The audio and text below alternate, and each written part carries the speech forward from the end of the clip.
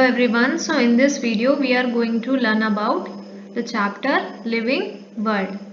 Ernest Mayr नाम के एक बायोलॉजिस्ट थे जिनको the Darwin of 20th century के नाम से जाना जाता था। उनके 80 साल के करियर में ही रिसर्च अबाउट ऑर्निथोलॉजी यानी पक्षियों से जुड़ी जानकारी, टैक्सोनॉमी यानी वर्गीकरण, इवोल्यूशन क्रमागत उन्नति और सिस्टमैटिक्स के बारे में उन्होंने बहुत रिसर्च किया था। He single-handedly raised question of origin of species diversity. उन्होंने अकेले ही एक सवाल उठाया था कि जो आपकी स्पीशीज की उत्पत्ति कैसे हुई, ठीक है, और ही regarded as triple crown of biology. ऐसा क्यों? क्योंकि उन्हें 3 बड़े बड़े अवार्ड से सम्मानित किया गया था।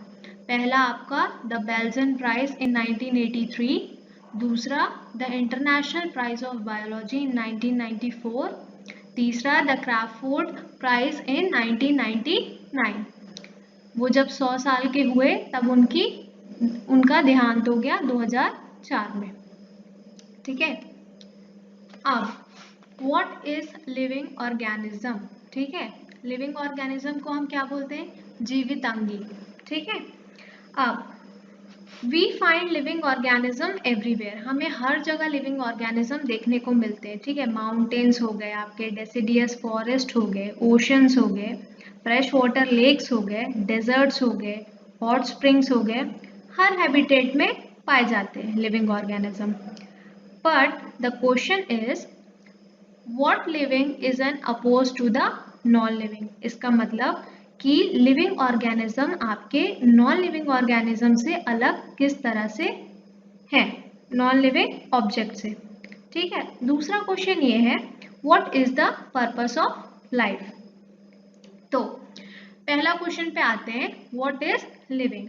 जब हम लिविंग वर्ड को डिफाइन करते हैं तो कुछ सर्टन कैरेक्टरिस्टिक्स होते हैं जो कि हमारे दिमाग में आते हैं, जैसे कि आपका ग्रोथ हो गया, reproduction, ability to sense environment, features like आपका मेटाबॉलिज्म हो गया, ability to self replicate, self organise, ठीक है, रिस्पॉन्स, ठीक है। तो ये सारे आपके कौन से फीचर्स हैं? ये होते हैं आपके लिविंग ऑर्गेनिज्म के, ठीक है। अभी हम इन सबको डिटेल में पढ़ेंगे। पहला है, यहाँ पर स्टेटमेंट दिया है कि ऑल लिविंग ऑर्गेनिजम्स ग्रो, ठीक है, ओके। यहाँ लिखा है the increase in mass and the increase in number of individual are the twin characteristics of growth. यहाँ बोला गया है कि अगर आपके द्रव्यमान यानी आपके मास और आपका जो नंबर है, संख्या में अगर बढ़ोतरी होती है तो उसको हम बोलेंगे कि हाँ भाई यहाँ पर ग्रोथ हो रहा है, ठीक है। जो आपके मल्टी सेल्यूलर ऑर्गेनिजम्स होते हैं वो सेल डिवीजन से ग्रो करते हैं, ठीक है। प्लांट्स में भी यही चीज होती है, प्लांट्स भी कहाँ से ग्रो करते हैं? आपके सेल डिवीजन से। और उनके प्लांट्स में थ्रू आउट यानी जब तक वो जीवित रहते हैं तब तक उनके प्लांट्स में आपके सेल डिवीजन होता रहता है, ठीक है। जो यूनिसेल्युलर ऑर्गेनिजम्स होते हैं वो भी आपके सेल डिवीजन से ग्रो करते हैं, ठीक है। अब यहाँ पर दिया गया है that the increase in body mass is considered as growth. अभी हमने पढ़ा कि जो आपका द्रव्यमान में अगर आपकी बढ़ोतरी होगी तो हम बोलेंगे कि वहां पर ग्रोथ हो रहा है। लेकिन क्या ये कहना सही रहेगा कि सिर्फ लिविंग ऑर्गेनिज्म में ग्रोथ होता है? नहीं, नॉन लिविंग ऑब्जेक्ट्स जो होते हैं उनमें भी ग्रोथ टेक प्लेस होता है। कैसे? जैसे कि हम एक एग्जांपल लेते हैं, अगर हम एक लकड़ी के टुकड़े को अगर एक गिलास पानी में हम डुबा कर रखेंगे तो वो लकड़ी का टुकड़ा क्या करेगा? सारा पानी को एब्जॉर्ब कर लेगा, ठीक है। और यहाँ पर क्या होगा? उसका जो मास होगा वो बढ़ जाएगा। तो ग्रोथ तो यहाँ भी देखने को मिल रहा है, ठीक है। तो यहाँ पर दिया गया है कि growth therefore can not be taken as defining property of living organism, ठीक है। ग्रोथ सिर्फ हम ये नहीं बोल सकते कि लिविंग ऑर्गेनिज्म में ही ग्रोथ होता है, नॉन लिविंग ऑर्गेनिज्म में भी ग्रोथ देखा गया है, ठीक है। दूसरा स्टेटमेंट यहाँ पर दिया है कि reproduction likewise is a characteristic of living organism, ठीक है। In multicellular organism, reproduction refers to production of progeny possessing features more or less similar to those of parents. ठीक है, रिप्रोडक्शन क्या होता है? Reproduction is a process of giving birth to new young ones. ठीक है, अपने ही जाति को एक जन्म देना ताकि उनकी जो जाति है वो बढ़े। ठीक है, तो आपका रिप्रोडक्शन दो तरीके का होता है, एक होता है आपका सेक्सुअल रिप्रोडक्शन, दूसरा होता है आपका एसेक्सुअल रिप्रोडक्शन। ठीक है, यहाँ पर दिया है कि fungi multiply and spread easily due to the millions of asexual spores. जो फंगी होते हैं वो कैसे रिप्रोड्यूस करते हैं? बहुत सारे छोटे छोटे स्पोर्स बनाते हैं। ठीक है, जो लोअर ऑर्गेनिजम्स होते हैं जैसे कि ईस्ट हो गया, हाइड्रा हो गया, ठीक है, उनमें क्या होता है? उनमें होता है बडिंग। ठीक है, छोटे छोटे बर्ड निकलते हैं। अब आते हैं प्लानेरिया। प्लानेरिया में क्या होता है आपका? फ्रेगमेंटेशन होता है। फ्रेगमेंटेशन में क्या होता है? आपकी एक बॉडी रहती है, उसको हम छोटे छोटे टुकड़ों में वो बढ़ जाती है और हर एक टुकड़ा केपेबल होता है कि वो पूरी बॉडी बना सके। ठीक है, यहाँ लिखा है true regeneration, that is fragmented organism regenerates the lost part of its body and becomes a new organism. ठीक है, जो यूनिसेलुलर ऑर्गेनिजम्स होते हैं, यूनिसेलुलर यानी जिसमें सिंगल सेल होता है। ठीक है, जैसे कि बैक्टीरिया हो गए, एल्गे हो गए, अमीबा हो गया, इनमें जो ग्रोथ होता है, हम इनमें ग्रोथ इसलिए बोलते हैं कि increase in number of cells. जब इनके सेल का नंबर बढ़ता है तब हम इसको बोलते हैं कि हाँ, इनमें ग्रोथ हो रहा है। लेकिन ऐसे बहुत सारे ऑर्गेनिज्म हैं विच डू नॉट रिप्रोड्यूस, जैसे कि म्यूल्स हो गया आपका, स्टेराइल वर्क बीस हो गया, ठीक है, इनफर्टाइल ह्यूमन कपल एक्सेट्रा। इन सब में रिप्रोडक्शन देखने को नहीं मिलता। Hence reproduction also can not be an defining characteristic of living organism. ठीक है, नॉन लिविंग और ऑब्जेक्ट्स में तो रिप्रोडक्शन नहीं होता है, लेकिन इसका मतलब ये नहीं है कि हर लिविंग ऑर्गेनिज्म में आपका रिप्रोडक्शन देखने को मिले। ठीक है, अब आते हैं आपका तीसरा स्टेटमेंट जो कि है another characteristic of life is metabolism. अब ये जो मेटाबॉलिज्म होता है वो क्या होता है? मेटाबॉलिज्म एक तरह का केमिकल रिएक्शन होता है। ठीक है, happening with in our body, जो कि हमारे बॉडी के अंदर होता है। ठीक है, जैसे कि हमारा किस तरह से आप खाना खाते हैं, वो किस तरह से डाइजेस्ट हो रहा है, फिर आपका बायोमोलिक्यूल में कन्वर्ट हो रहा है, उससे आपको एनर्जी मिल रही है, इसी को तो हम बोलते हैं मेटाबॉलिज्म। ठीक है, लेकिन ये नॉन लिविंग ऑब्जेक्ट्स में भी देखने को मिल सकता है। ठीक है, क्योंकि अभी हमने बोला कि मेटाबॉलिज्म होता है आपका काइंड ऑफ केमिकल रिएक्शन। ठीक है, फॉर एग्जाम्पल अगर हम लैब में देखें तो टेस्ट ट्यूब में लेकर आप कोई रिएक्शन करवा रहे हो तो उसको भी हम बोल सकते हैं कि हाँ, वहाँ पर केमिकल रिएक्शन हुआ है। यहाँ क्या लिखा है देखो, the sum total of all the chemical reaction occurring in our body is called metabolism. ठीक है, जितना भी रिएक्शन, केमिकल रिएक्शन हमारी बॉडी में हो रहा है उसको हम क्या बोलेंगे? मेटाबॉलिज्म। अब metabolic reaction can be demonstrated outside the body in free living system. यानी ये जो रिएक्शन बोलते हैं मेटाबॉलिक रिएक्शन, ये चीज़ हम बॉडी यानी लिविंग बॉडी के बाहर भी दिखा सकते हैं। ठीक है, वही जैसे मैंने बताया कि आपका जो टेस्ट ट्यूब में आप कोई भी रिएक्शन करवा रहे हो तो वहाँ पर भी देखने को मिल सकता है। ठीक है, hence while metabolism is a defining feature of all living organism, without exception, isolated metabolic reaction in vitro are not living thing but surely living reactions। ठीक है, अब सवाल ये उठता है कि ऐसा क्या चीज है जो लिविंग और नॉन लिविंग को एक दूसरे से अलग बनाता है। ठीक है, क्योंकि हमने देखा कि ग्रोथ तो दोनों में होता है, आपका लिविंग ऑर्गेनिजम्स में भी होता है और नॉन लिविंग ऑब्जेक्ट्स में भी होता है। ठीक है, रिप्रोडक्शन में देखे हमने कि रिप्रोडक्शन जरूरी नहीं है कि आपके हर लिविंग ऑर्गेनिज्म में रिप्रोडक्शन देखने को मिले। ठीक है, मेटाबॉलिज्म भी हम बोले थे कि केमिकल रिएक्शन के जैसे होता है, जो भी दोनों जगह होता है। ठीक है, तो ऐसा क्या चीज है जो आपका लिविंग ऑर्गेनिजम्स को नॉन लिविंग ऑब्जेक्ट से अलग करता है? तो यहाँ पर है cellular organisation of the body is the defining feature of life forms. इसका मतलब हम जो ह्यूमंस होते हैं, जो लिविंग ऑर्गेनिजम्स होते हैं, उनका एक पर्टिकुलर सेल्यूलर ऑर्गेनाइजेशन होता है, जैसे कि सेल। ठीक है, एक सेल, उसके बाद बहुत सारे सेल्स मिला के आपका टिश्यूज बनाते हैं। ठीक है, टिश्यूज, आपके बहुत सारे टिश्यूज मिलके आपके ऑर्गन बनते हैं, बहुत सारे आपके ऑर्गन मिलके क्या बनाते हैं, ऑर्गन सिस्टम बनाते हैं, ऑर्गन सिस्टम मिलके आपका क्या बनाता है, एक कंप्लीट ऑर्गेनिज्म बनाता है। ठीक है, तो पहली चीज क्या है, लिविंग, एक क्या कैरेक्टर है आपका, कि जो लिविंग ऑर्गेनिजम्स होते हैं उनमें एक प्रॉपर सेल्यूलर ऑर्गेनाइजेशन होता है। ठीक है, ओके।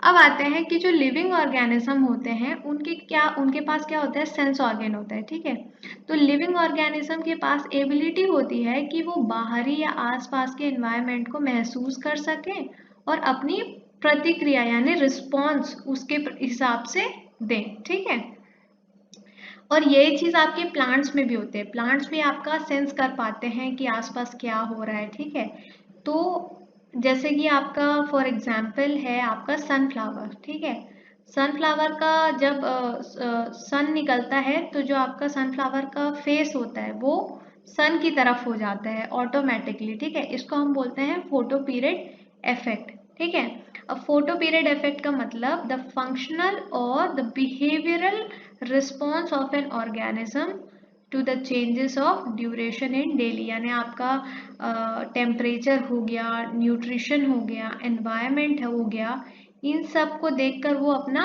रुख बदलते हैं। ठीक है, ये तो हुआ आपका एक फैक्टर।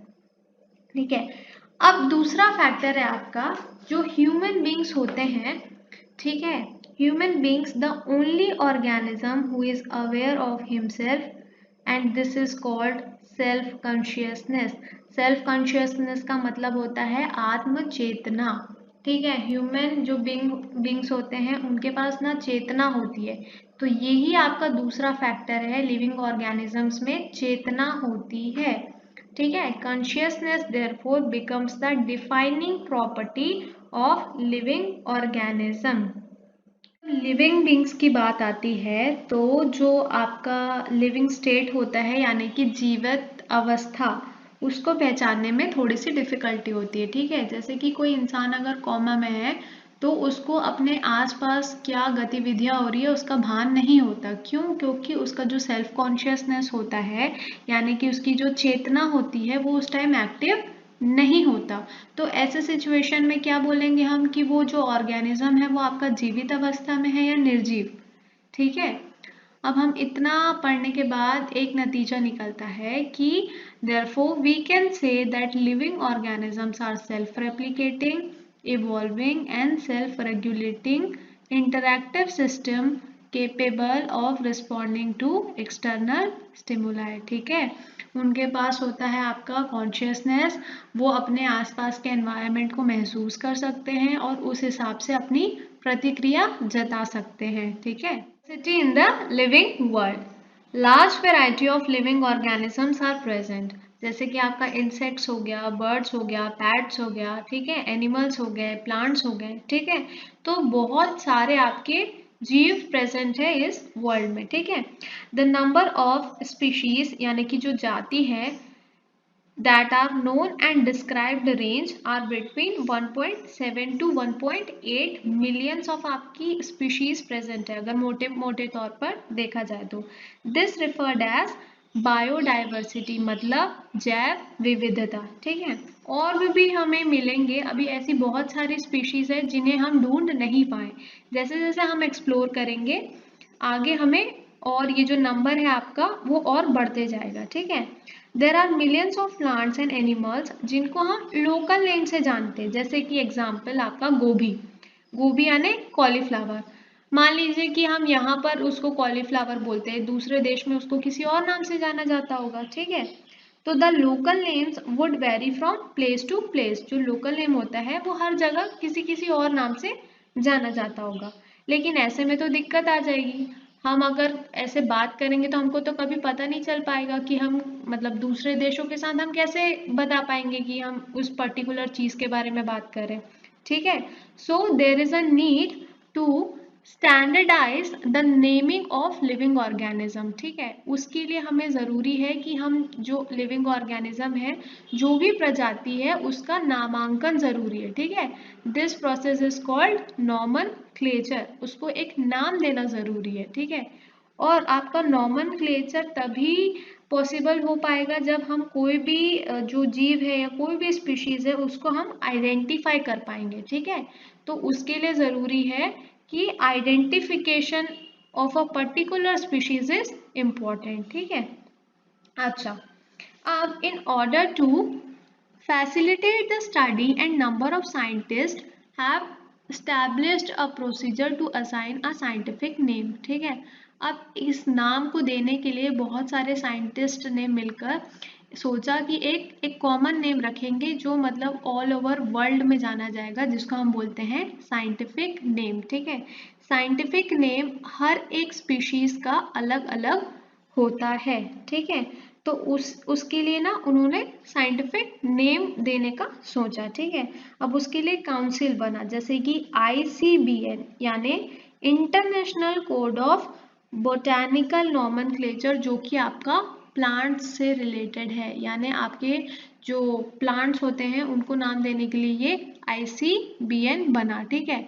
उसी तरह आपका international code of zoological nomenclature जो है वो आपका जूलॉजी यानी आपके एनिमल से रिलेटेड है, ठीक है। Okay, the scientific name ensures that each organism has only one name, यानी हर एक ऑर्गेनिज्म का एक लौता नेम होना चाहिए जो कि आपके हर जगह एक ही होना चाहिए और वो ऑर्गेनिज्म आपके एक नाम से जाना जाए ताकि कोई कंफ्यूजन ना हो, ठीक है। अब जो साइंटिस्ट हैं उन्होंने कुछ रूल्स बनाए आपके साइंटिफिक नेम देते वक्त, ठीक है। हर नेम में दो कंपोनेंट होता है, पहला आपका जेनेरिक नेम, दूसरा होता है आपका स्पेसिफिक एपिथेट, ठीक है। इस सिस्टम को हम बोलते हैं बायनोमियल नॉमेनक्लेचर। बायनोमियल क्यों? क्योंकि इसमें दो कंपोनेंट होते हैं, ठीक है। और ये जो सिस्टम है वो आपके एक बायोलॉजिस्ट थे कैरोलस लिनस करके, उन्होंने ये दिया था। फॉर एग्जाम्पल जैसे कि मैंगो, ठीक है। अब मैंगो क्या होता है, उसको हम कॉमन नेम जो है मैंगो का हम मैंगो के नाम से जानते हैं, ठीक है।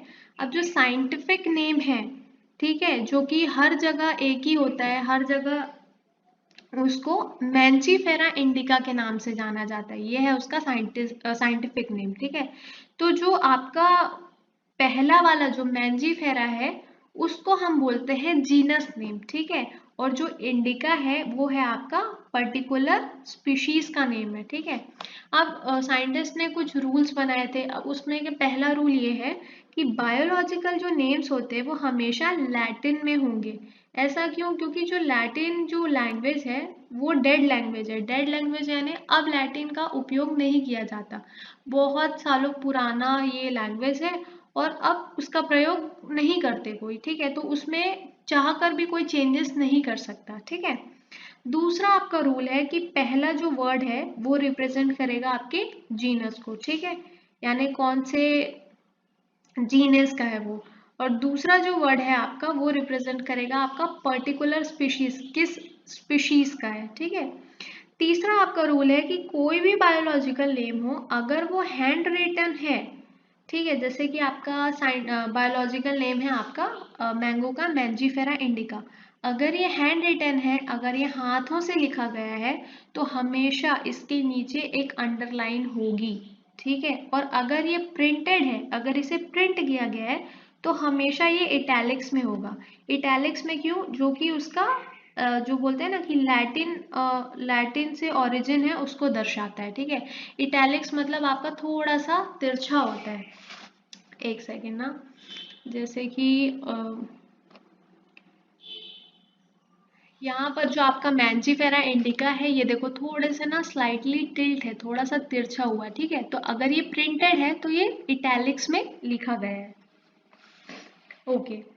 अब आपका फोर्थ रूल आता है कि जो भी फर्स्ट वर्ड होगा उसका जो फर्स्ट लेटर है वो हमेशा कैपिटल में होगा, यानी जो आपका जीनस का नेम होगा जैसे कि मैंजीफेरा इंडिका, इसमें हमेशा एम जो होगा वो हमेशा कैपिटल में होगा। और जो दूसरा वर्ड है जो कि आपका स्पीशीज दर्शाता है, उसका हमेशा शुरुआत एक स्मॉल लेटर से होगा। जैसे इंडिका का आई देखो यहाँ पर स्मॉल में है, ठीक है।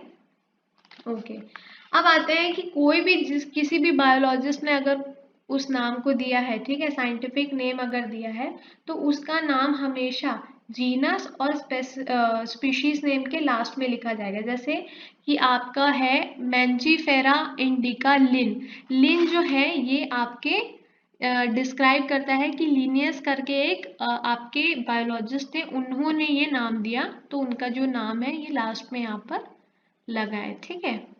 ओके, अब हम आते हैं कि जो बहुत सारे इतने सारे स्पीशीज है, तो since it is impossible to study all the living organism, आप हर को इतनी अच्छी तरह से नहीं जान पाते, ठीक है। तो उसके लिए जरूरी है कि हम उनको डिफरेंट ग्रुप्स में डिवाइड करें, जिसको हम बोलते हैं क्लासिफिकेशन, ठीक है।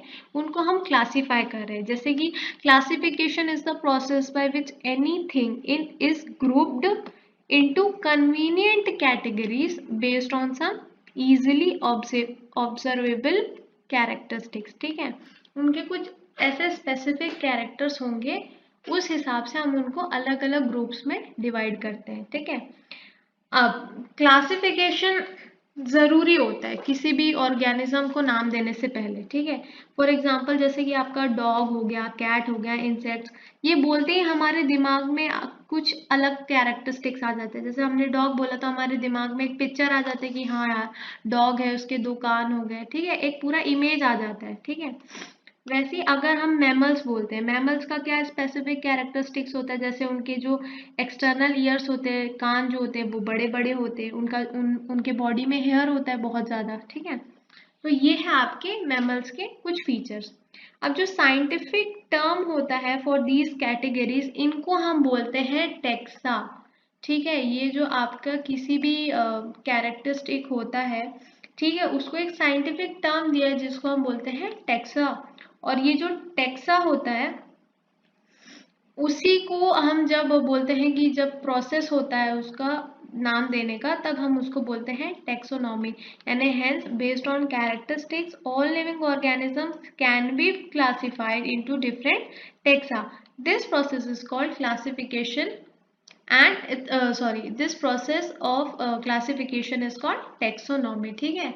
जब हम क्लासीफाई करते हैं किसी भी स्पीशीज को, ठीक है, और उसको डिफरेंट डिफरेंट ग्रुप्स में हम डालते हैं उनके कैरेक्टरिस्टिक्स को देख के, तो उसको हम बोलते हैं टेक्सोनॉमी, ठीक है।